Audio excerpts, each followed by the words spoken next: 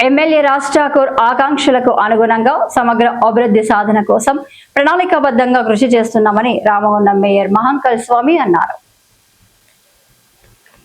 Ramagundam municipal corporation 47వ division లో మంగళవారం ఇందిరమ్మ చీరల పంపిణీ కార్యక్రమాన్ని నిర్వహించారు.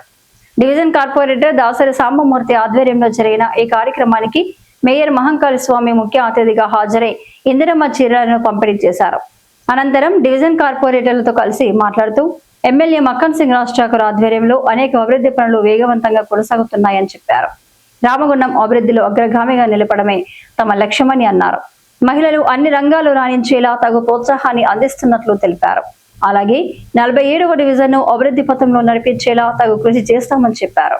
అయితే ఈ రోజు అధికారంలోకి రాగానే చెప్పకుండా కూడా మహిళా సోదరి మనలందరూ కూడా ఎక్కడికి వెళ్ళినా ఆర్టీసీ బస్సులలో ఉచిత ప్రయాణం చేయాలనే ఆలోచనతోటి ఎవరికి కూడా ఒక రూపాయి తలగకుండా దాదాపుగా 2 సంవత్సరాల నుంచి మీరందరూ కూడా ఉచితంగా మహిళల సోదరి మనలందరూ కూడా బస్సులలో ప్రయాణం చేయాలని చెప్పేసి మీ అందరికీ కూడా ఉచిత బస్సు ప్రయాణం ఏర్పాటు చేయడం జరిగింది.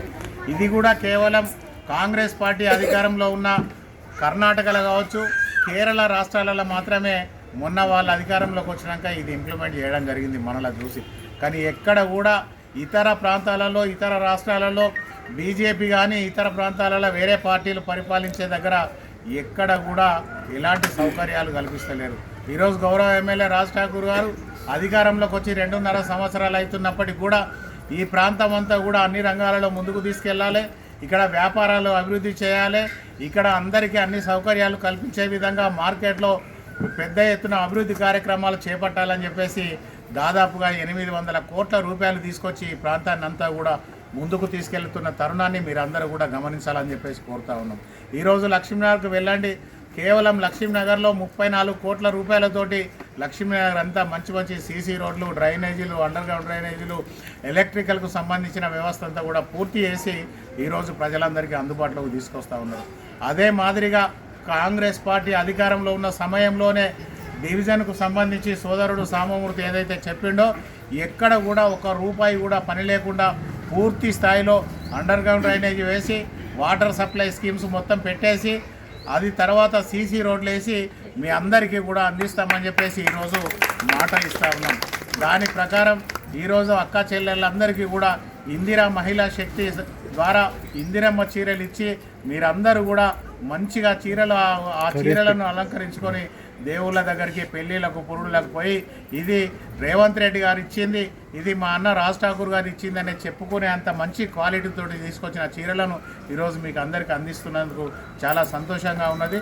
మీకు ఇప్పుడు ఇది అయిపోయిన తర్వాత కూడా ఈరోజు గౌరవ ముఖ్యమంత్రి గారు కూడా మళ్ళీ ఇంకా మంచి చీరలు ఇవ్వాలని చెప్పేసి కొత్తగా కూడా ప్రతిపాదనలు తీసుకొచ్చారు.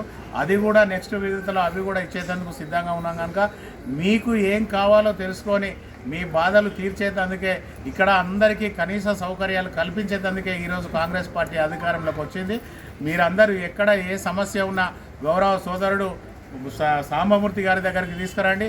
లేదు ఇంకా వారు అందుబాటులో లేకపోతే మున్సిపల్ ఆఫీస్కి వచ్చినా కూడా తప్పకుండా ఆ సమస్యల పరిష్కారంలో ముందుంటామని చెప్పేసి మీ అందరికీ తెలియజేస్తూ ఉన్న శాసనసభ్యులు రాజ్ ఠాకూర్ మక్కన్ సింగ్ గారు మొన్ననే 46వ డివిజన్ ఇందిరానగర్లో చీరల పంపిణీ కార్యక్రమం గౌరవ మేయర్ గారు మేయర్ మహంకాళి స్వామి చేతుల మీదుగా ప్రారంభించడం జరిగింది. ఈరోజు మన 47వ డివిజన్లో అన్నగారు అడగగానే వచ్చి మీ అందరి కోసానికి ప్రత్యేకంగా వచ్చి మన డివిజన్లో కూడా ఈరోజు చీరల పంపిణీ కార్యక్రమం ప్రారంభిస్తున్నారు.